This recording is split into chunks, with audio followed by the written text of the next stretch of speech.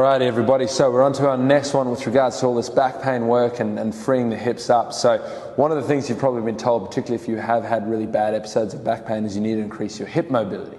Alright, and one of the classic stretches is stretching your glutes out.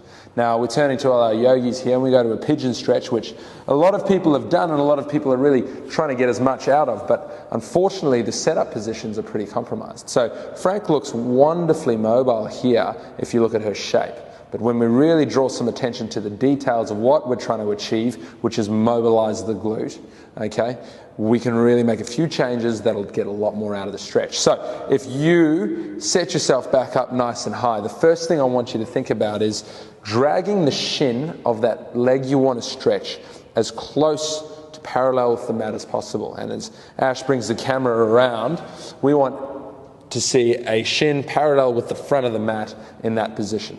Already there you can see Frankie's hips a little bit higher and a bit more what appears to be stuck because of the tightness posteriorly. The second thing is this back leg spraying out to the side gives plenty of room and drags that hip across.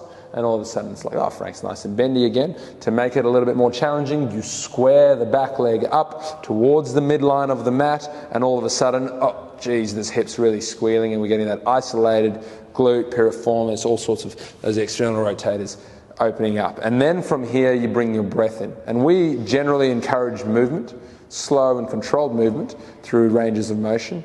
And in this case, we just say add a little bit of flexion to get that QL and lumbar spine into the stretch as well, and then mainly getting after those glutes.